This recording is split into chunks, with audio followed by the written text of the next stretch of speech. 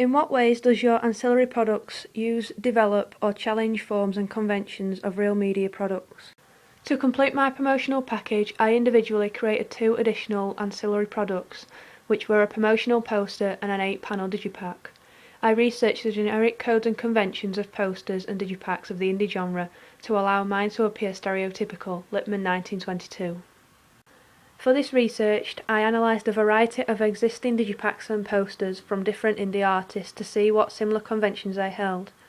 The posters that I analysed were for Florence and the Machine's Lungs, Kings of Leon, Come Around Sundown, Jay-Z's Blueprint 3, Falls' Holy Fire Deluxe Edition, and Ben Howard's Every Kingdom. The existing digipacks that I analysed were for the Beatles For Sale, Falls' Holy Fire Deluxe Edition, Alt J's Awesome Wave Deluxe Edition, The Rolling Stones' Sweet Summer Sun, and Bryan Adams' The Best of Me. Not all of these share the same genre, but by looking at existing products from different genres, I was able to research what generic conventions appear on all digipacks and posters, and which conventions are stereotypically used on products of the indie genre. Whilst analysing the existing posters, I found that they each include the same generic codes and conventions that make them a poster. This develops Daniel Chandler's 2001 theory that suggests that codes and conventions help us as an audience recognise what the media text is. These conventions include a title of the product and the band, a main image, a release date for the advertised product, platforms that it can be purchased from, the record label of the band, and the artist's website address.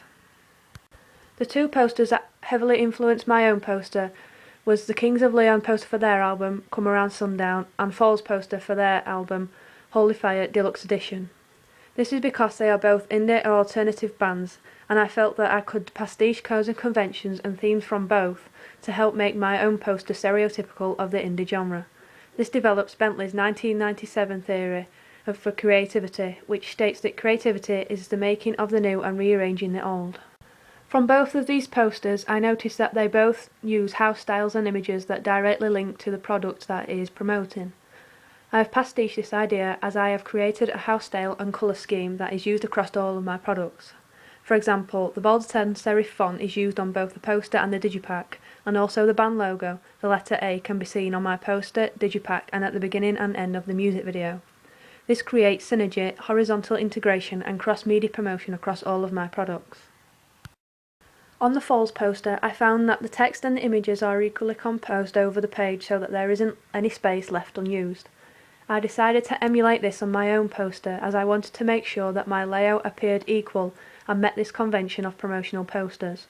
For my poster, I used Adobe Photoshop CS 5.5 to insert, create and position text that I wanted to use on my poster.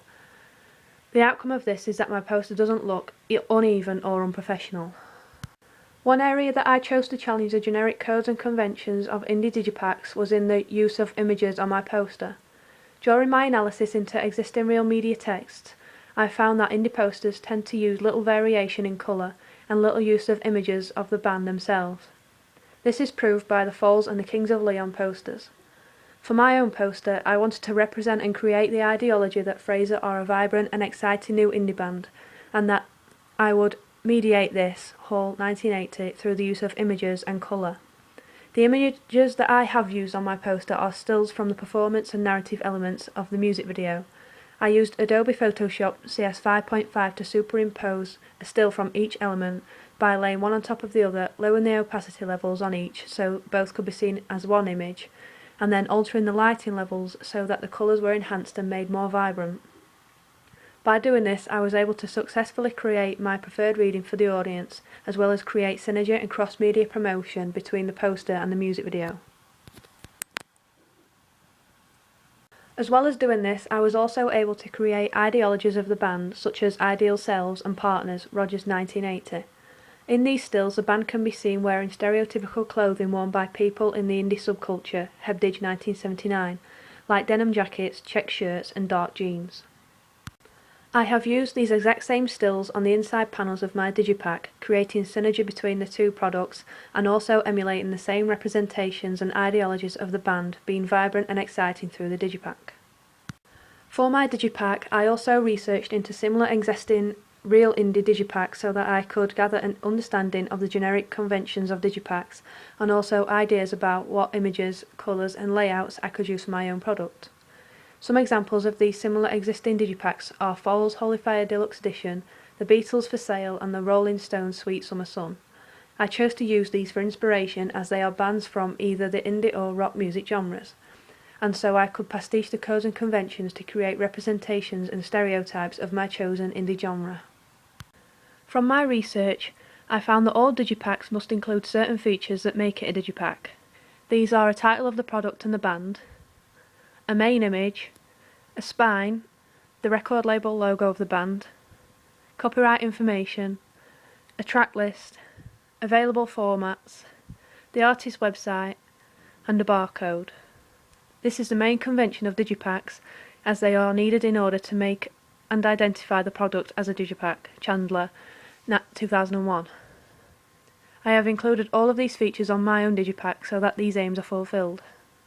The two real existing digipacks that influenced my own digipack the most was The Beatles for Sale and Fall's Holy Fire Deluxe Edition. Both of these digipacks hold different qualities to them, but I have pastiched ideas from both and put them together on my own product so that I could meet the generic codes and conventions and stereotypes of the indie music genre. On the Beatles for Sale digipack, I like the use of the medium shot of the entire band together. This has been done by few indie and alternative artists like the Maccabees, the White Stripes and the Crooks, as indie artists tend to prefer to focus the artwork more on the music rather than themselves.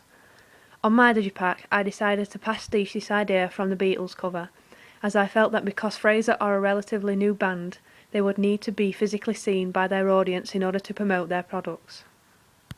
To do this, I have used a medium shot of the band with the lead singer stood at the front.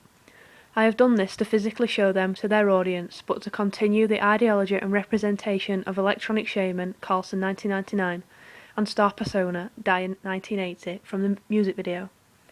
To enhance this representation, I have added a lens flare to the corner of the image through the use of Adobe Photoshop CS 5.5.